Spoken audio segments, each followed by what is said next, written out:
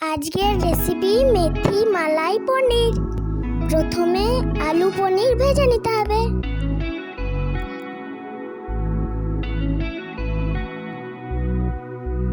তেলে জিরে ফোড়ন দিতে হবে। টক দই আর কাজুর পেস্ট দিয়ে দিতে হবে।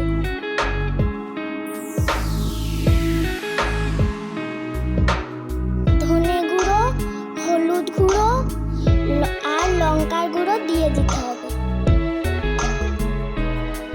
অল্প আদা বাটা দিয়ে কষে নিতে হবে। ফেটানো মালাই দিয়ে দিতে হবে। অল্প জল দিয়ে মশলা মিশিয়ে নিতে হবে। ভেজে রাখা আলু দিয়ে দিতে হবে।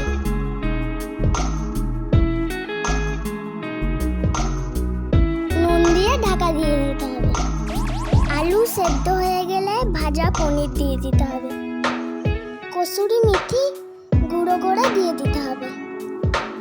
সবকিছু ভালো করে মিশিয়ে নিতে হবে। স্বাদ মতো চিনি দিয়ে দিতে হবে।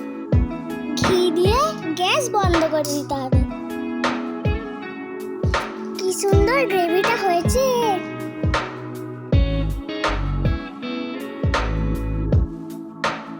মেথি মালাই পনির রেডি। ভালো লাগলে লাইক সাবস্ক্রাইব করে দেবেন।